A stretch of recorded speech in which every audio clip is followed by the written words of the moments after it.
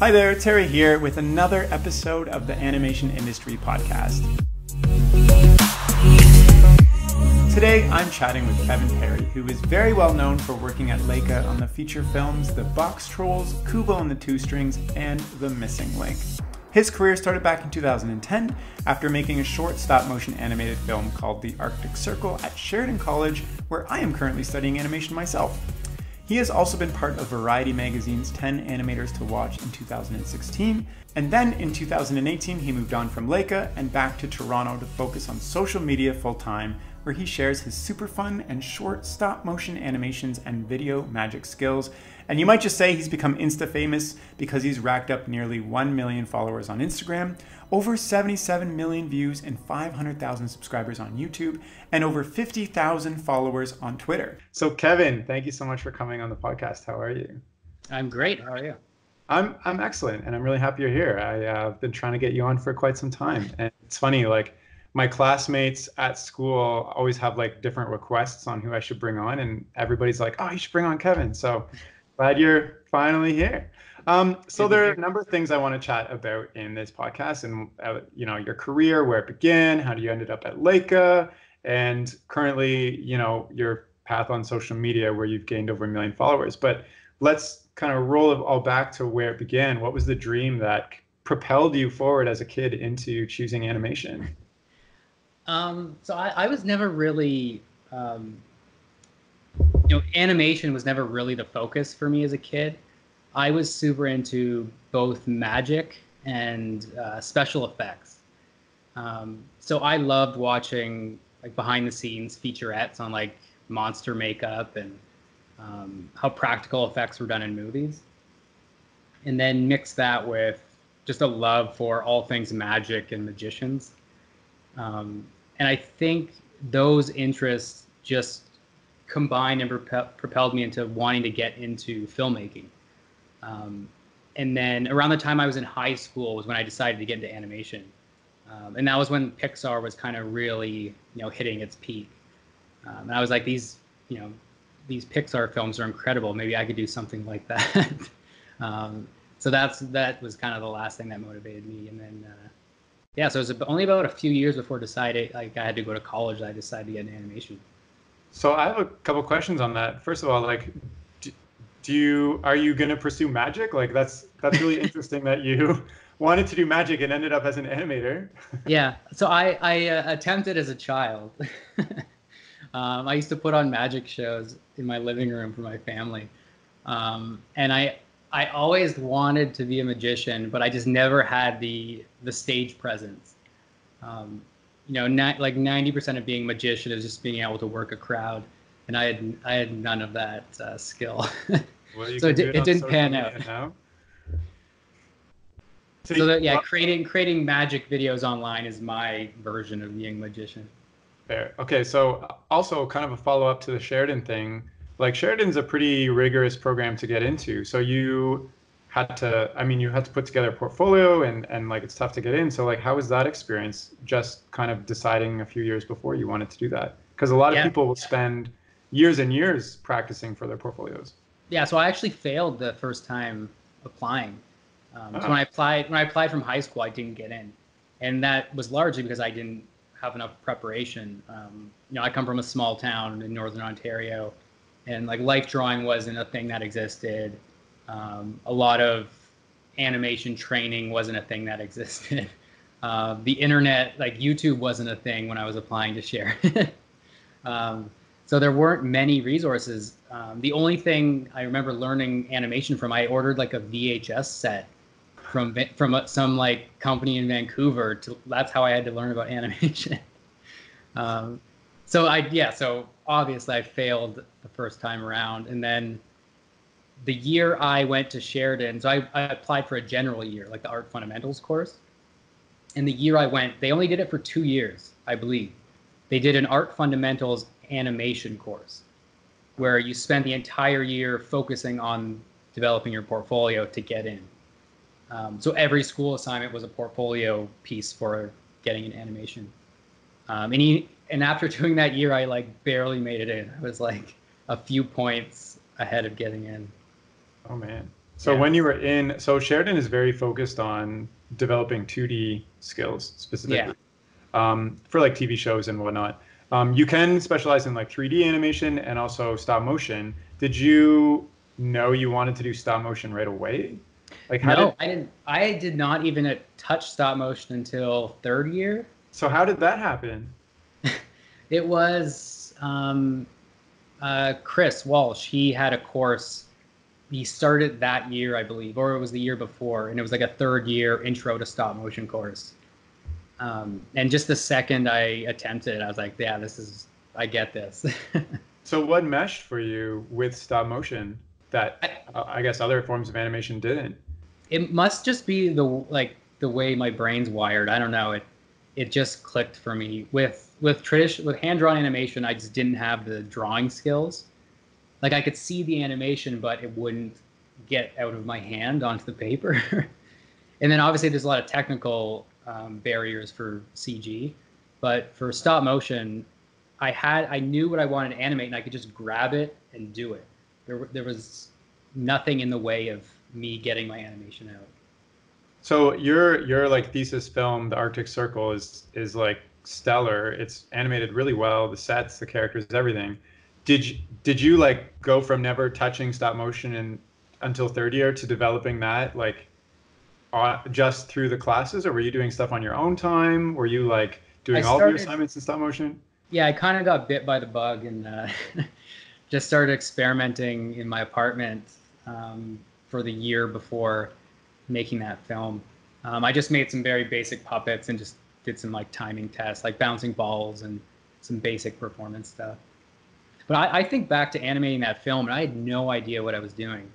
Um, like I did zero planning for the animation and just winged it, and it just kind of came out. It's okay.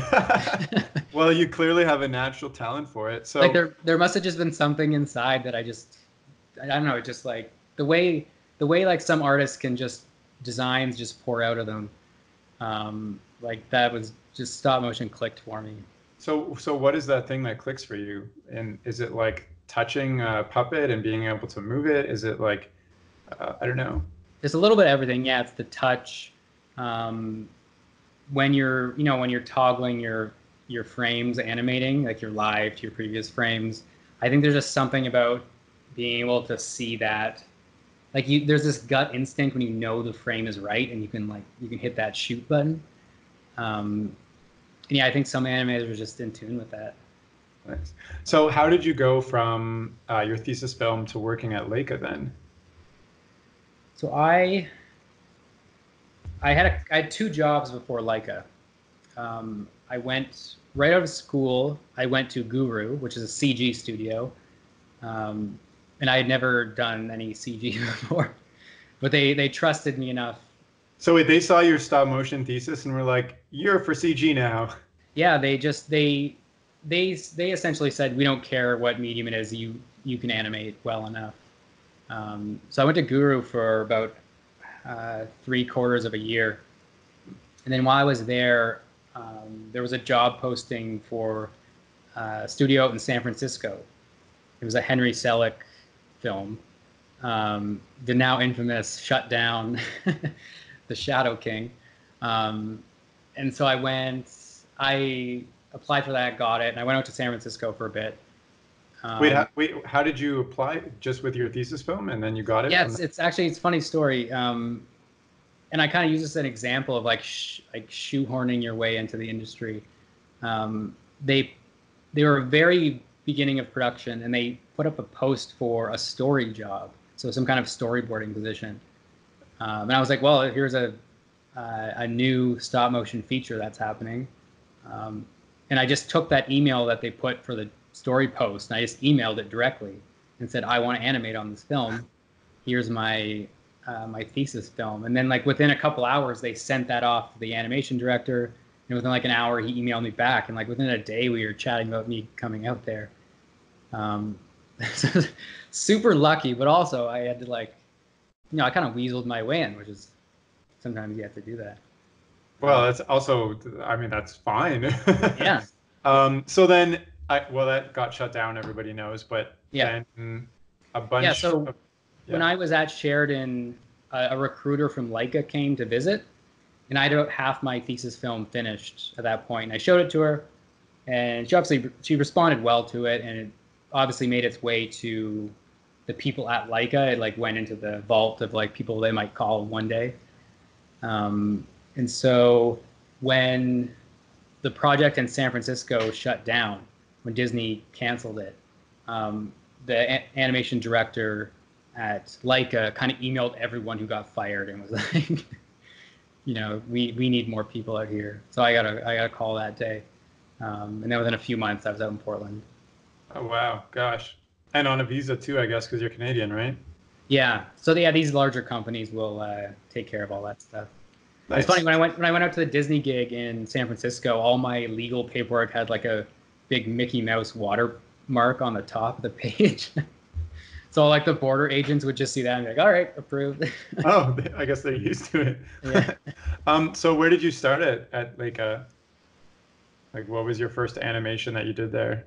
So I started there as an animation assistant. And a lot of that is testing things for the animators. So, if there's a shot that, say, a character has to burst out of curtains, well, they have to figure out how those curtains are going to animate. And it's not worth the animator's time to spend a week testing that, so they'll give it to an assistant. So I would go to the rigging department and say, oh, I think they should be rigged up this way. And I would test those for a few days until I could. So just like days of like opening and closing curtains different ways? Yeah, like little stop motion curtain, like animating them, and just working out systems to prep for the animator, so when they could get on their shots, they could have something that worked. So there's a lot of that. Or like, we need little pieces of cheese to cut in this shot, so you test that and present it to them. You're kind of like proof of concepting stuff. So what is the caliber of animation that you're doing in these test shots? Are you doing like full 24 frames per second, like amazing fluid stuff? It depends. Most of the time you'd shoot it on twos. But if you, as an assistant, you're trying to prove yourself.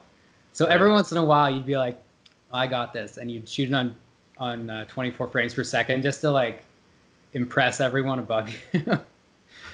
And then so what was a shot that you used to impress everybody? I can't remember on Box Trolls. It's so long ago. I did quite a bit of testing on there's that big mecha drill thing, and it was like 4 feet tall. Yeah. So I did quite a bit of testing on that.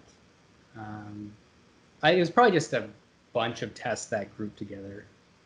Fair enough. So like, at what point were you pretty confident that you were going to move your way up from assistant to an actual character animator? I wasn't too confident. It actually came as a surprise because I was only on the last half of Box Trolls, kind of like the final push, and then that was wrapping. And so as a film wraps, you're on contract, and you kind of like think, oh, I got to find a job somewhere else in the meantime until the next film rolls around. And I figured, oh, I'm like the lowest on the totem pole, so I'll go work on another movie. I'll come back here after. So I was working on, I had applied to Anomalisa, which was shooting like kind of right around the end of Box Trolls. And we were like halfway through the process of me getting onto that movie. And then my boss came to me, he's like, oh, do you want to come back like a month after Box Trolls to start on Kubo? And we'll make you a full-time animator. Yeah. It's like, so I was like, Anomalisa, I can't work on your movie. Oh no. Well, that's amazing. How many assistant animators are there at a time? There's usually about maybe like 4 or 5. 4 or 5, and then how many animators or lead animators are there? Maybe like 2 or 3. Gosh, so the entire Box Trolls movie was animated by like 6, 7 people? No. There's leads who kind of oversee the animation. Yeah. But actual total animators is like 25 to 30.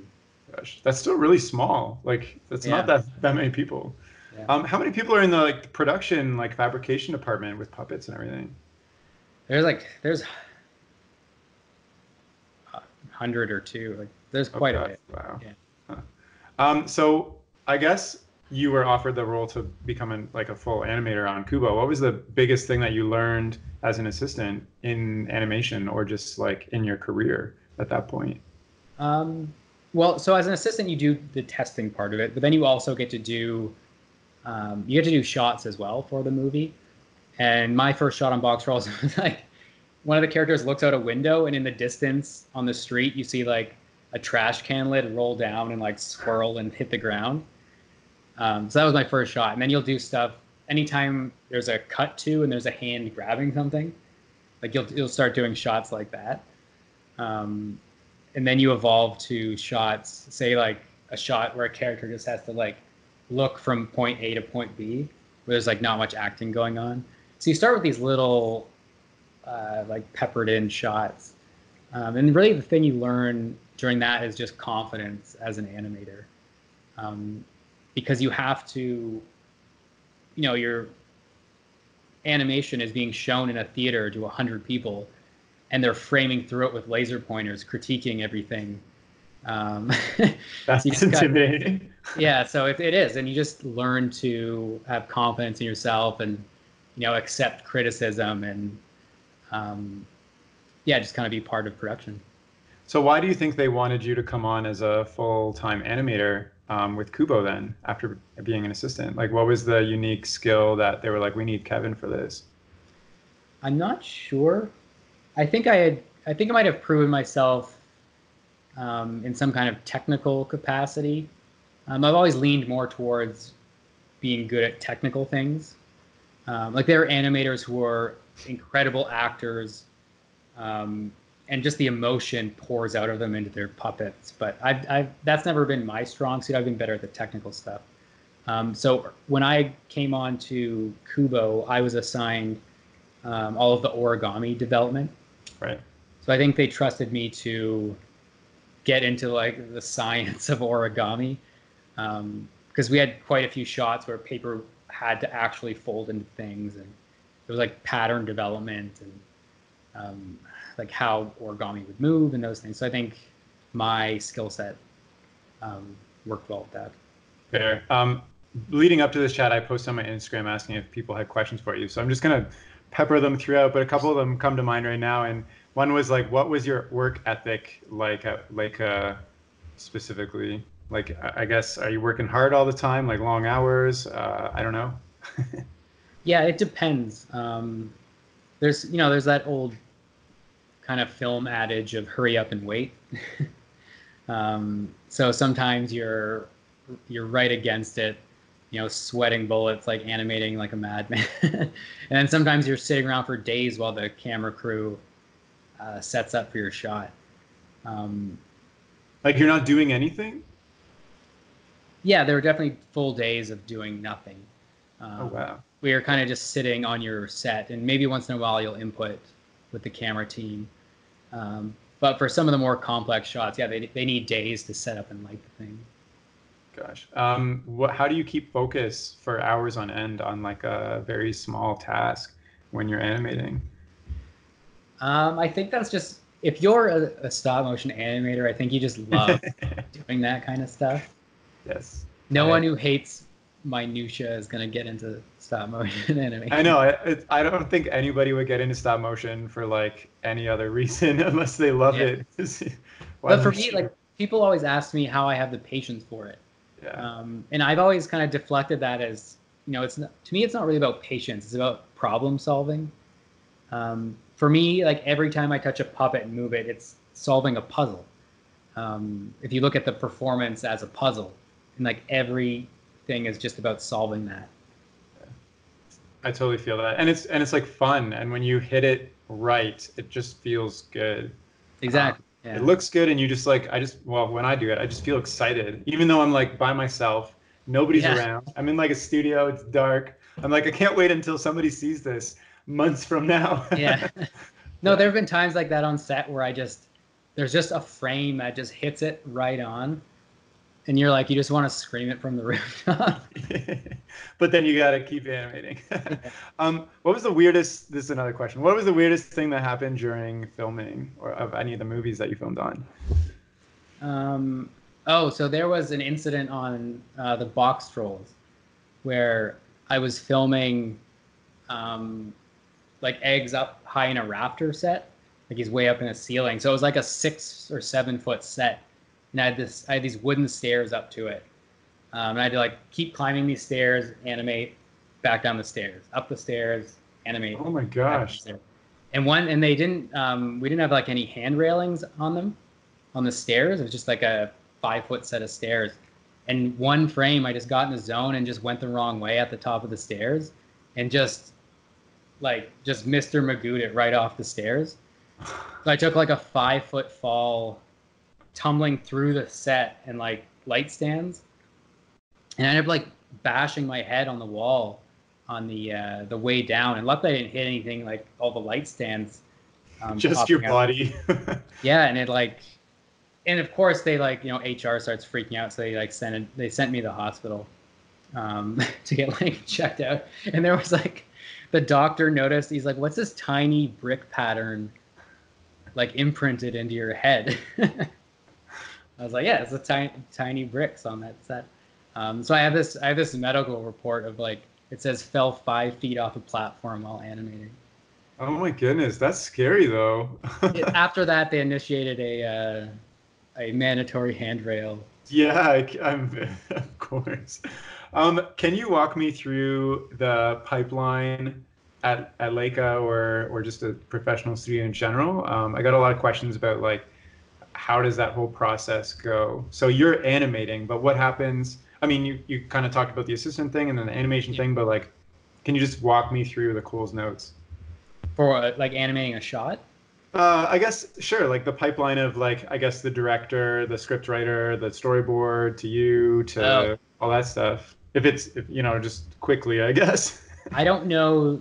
I'm not too sure about the pipeline before animation.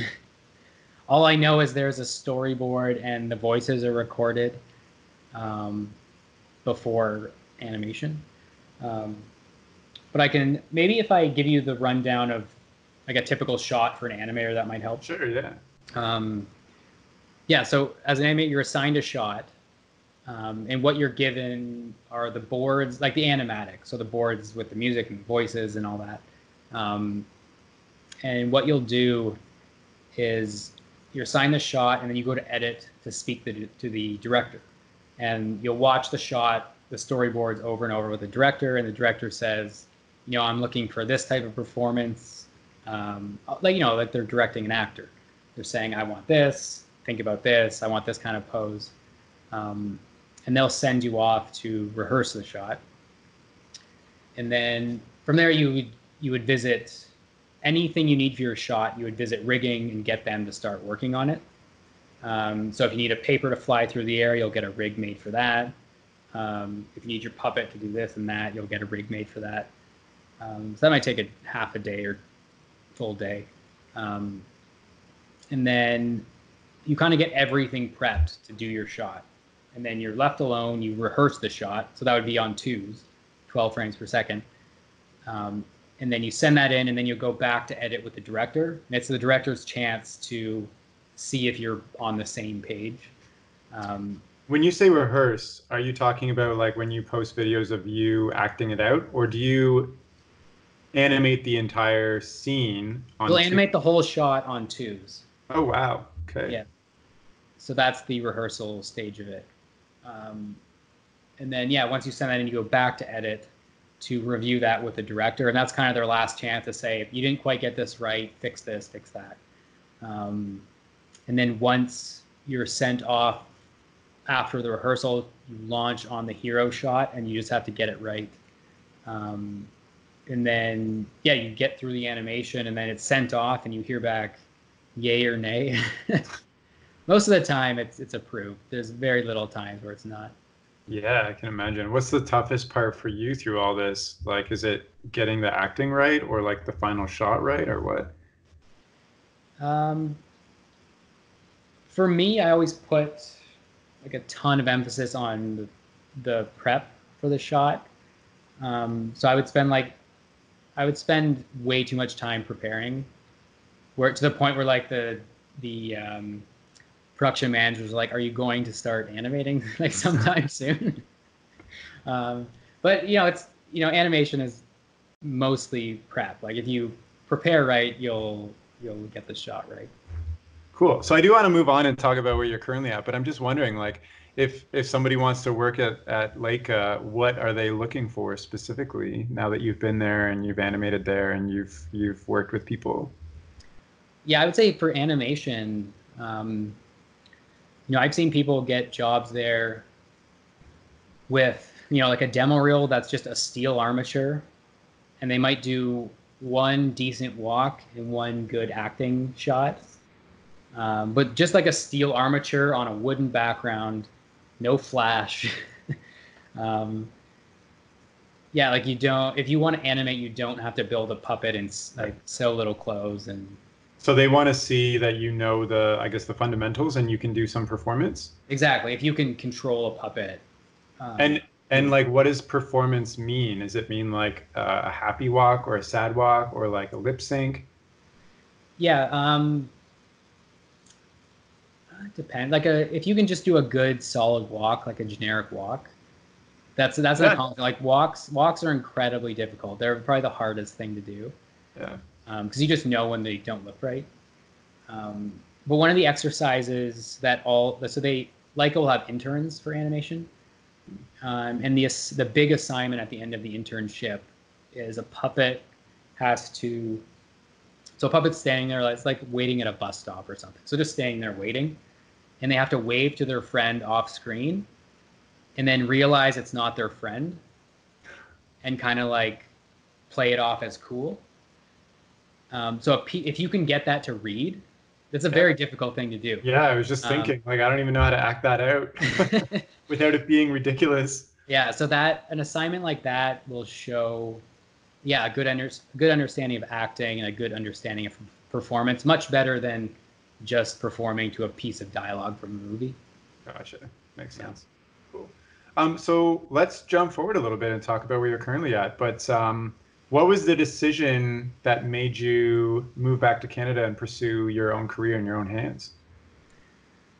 There were a lot of things. Yeah. So yeah, my wife and we moved out to San Francisco in like 2011. So we were on the West Coast, United States for 2011 to 20. So it was like 7 years, kind of away from family and friends. So that had a big impact on it. Like we kind of just got tired of that and wanted to come back home. And then at the same time, I started developing this career online through social media. And just like as a hobby or intentionally? Yeah, it was on the side. I was just making stuff, and I kept getting job offers like, "Oh, we'll fly you out to this country. We'll fly you out here. We need you for this job." And I was like, "I can't do it. I have this full-time job." So more and more opportunities presented themselves to make the leap. So what was that? What was the ending push that made you say, "I'm going to do this"?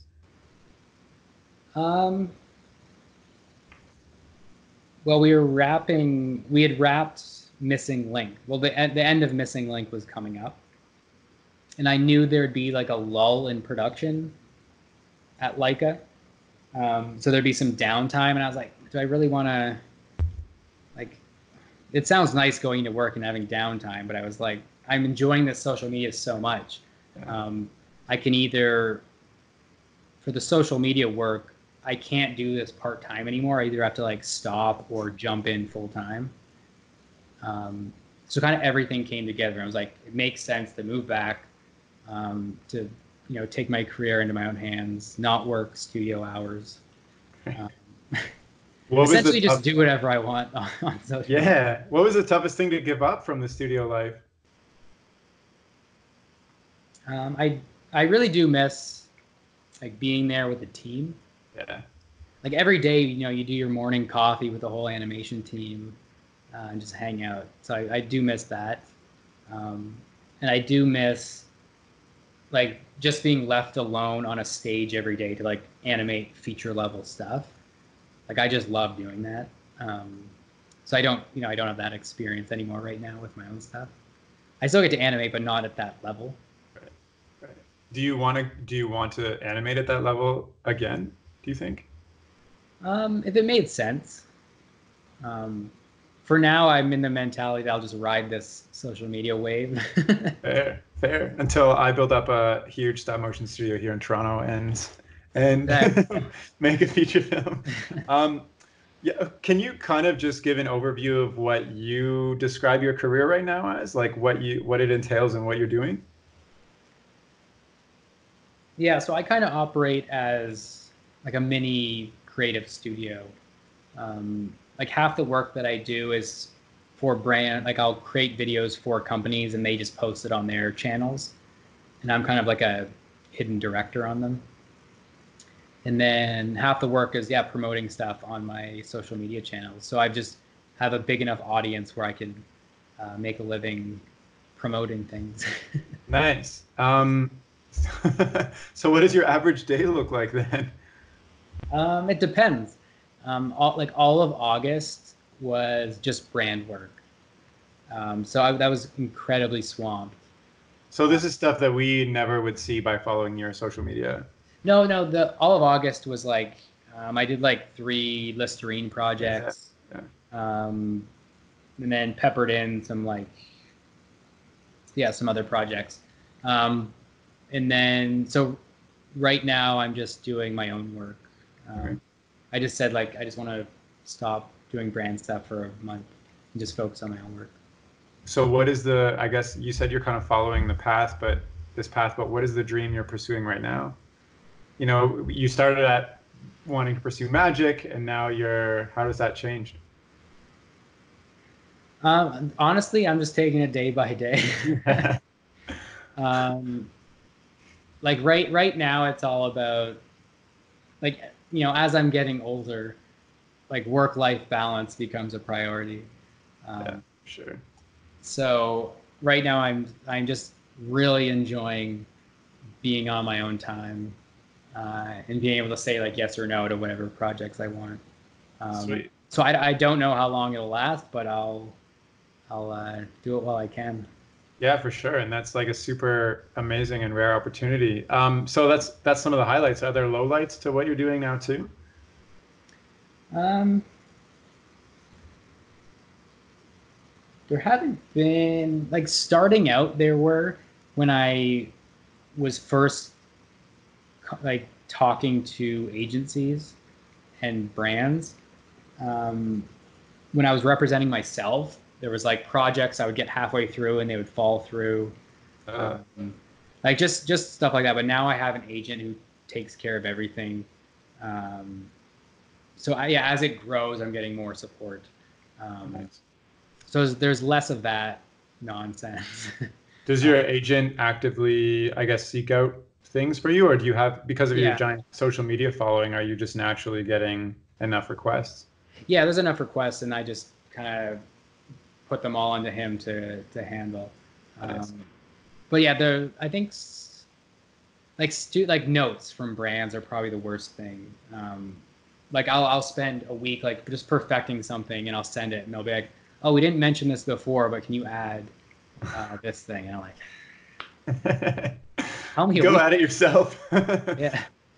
What have you done so you have like a huge, massive following. What have you done to intentionally build that following over the years?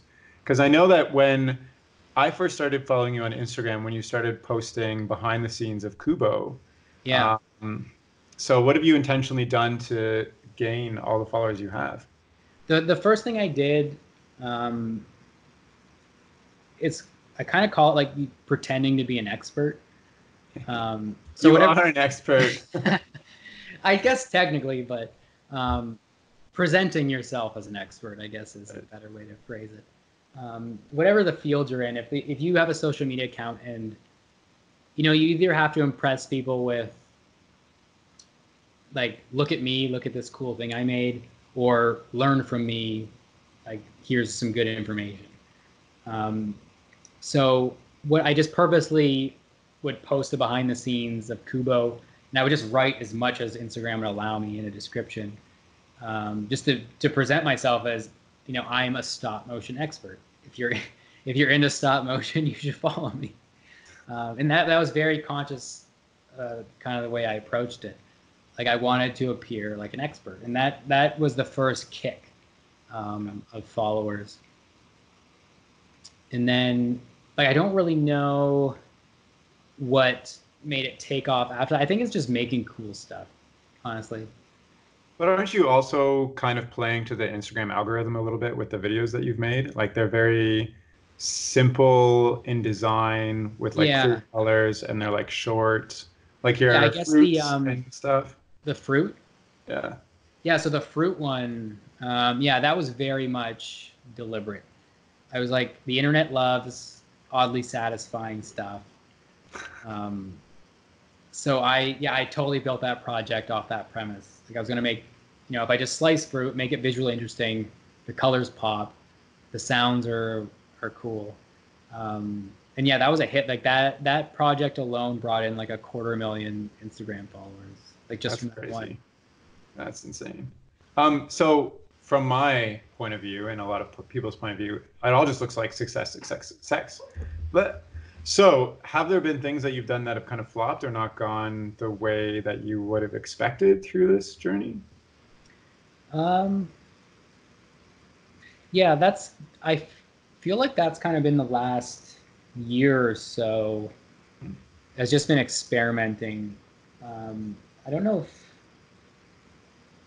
like, I always feel good about the videos I make. Like if I don't like them, I'm not going to put them out. Right.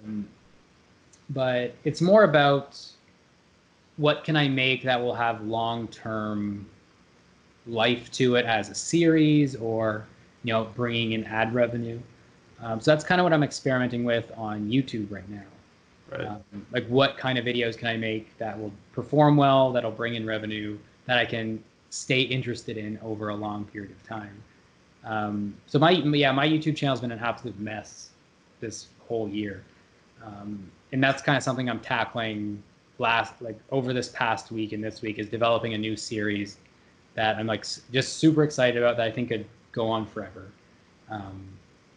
Really? Like with stop motion then? Or magic? Yes, or yeah, both? stop motion. Nice. So I did a test early in the year. So I've just been testing all year. So in January, I made a video. It was called "Can I Animate a Bar of Soap?" And I was like, if I take the most boring object and challenge myself to animate it, and like I did a long form YouTube video where it's like from idea to final video. And then, yeah, it performed super well on YouTube. And I was like, okay, I can take the most boring thing and somehow make it exciting. So I'm going to follow that format and see how it goes. I like it. It's like, I've seen that video as well. It's like, will it blend? Or like those, like, will it, like the hydro, whatever, yeah. crush. Can I animate it? Yeah. I can see you taking like the most random stuff and animating it. And clearly you have the skill. Yeah. I have a question for you that's a little bit more personal, I guess. So you saw my wizard animation, but what can I do to capitalize off of that based on what you said about presenting myself as an expert and behind the scenes and stuff? What would you recommend I do now to keep that going? Like to use it as much as possible to grow a following. Yeah. I mean, for some reason, like time lapses of stop motion just perform super well. Like definitely invest in like time lapsing stuff. Well, I didn't do that when I was animating. Yeah. I have like some behind the scenes, but not much. Yeah, because honestly, like the animation, the actual content of the animation sometimes doesn't matter. Like for all my stop motion, the behind the scenes perform 10 times better than the actual animation. It's crazy. That would honestly be my tip. All right. So going forward, I'm gonna make sure I always do a behind the scenes time lapse. Yeah, and I always do that like vertical, like the split screen method. And I always take the extra couple hours to sync up the time lapse exactly with the animation. So like frame per frame, they're exactly synced. They're so fun to watch, though. I always watch them. Like I see people do them, the time lapses of stop motion, and they're just a little off. like they don't line up perfectly, and you don't have the context. Like you need them to, yeah, it's really worth it to put in the effort on that. Gotcha. So like, what if you have to go back and redo some frames? Do you edit that out of the time lapse as well? Yeah, like I go in and like frame by frame match up the time. Oh wow. Okay. Oh my gosh. It's interesting. Okay, so if you were to like, this is kind of like one of my last questions, but like if you were to, I guess, create a course on how to be like Kevin Parry in his career right now, what courses would you include in that? Like from my perspective, there'd be the one on like how to stop motion basics, and there's like one on like how to build a social media following. Like what is the course package you put together for your career? Like for making social media content. Or just, yeah, or just like it doesn't even have to be that. It could be like understanding your value and like pursuing your stuff like that, even. Yeah. Like just where you are at in your career and life right now. I think my whole career, whether stop motion or social media, has been, it's all built upon visual storytelling. So that would be my building block for all courses I would ever teach. Like I'm super influenced by silent comedians like Buster Keaton and Charlie Chaplin. Like I've gone through so many of their films and just dissected like shot by shot their performances and their camera choices, and that goes into everything that I do now. Just like clear visual storytelling. So there's like, so you don't need any dialogue or like text or anything. Yeah, for me, like I personally believe like there's such a resurgence of silent film on Instagram now.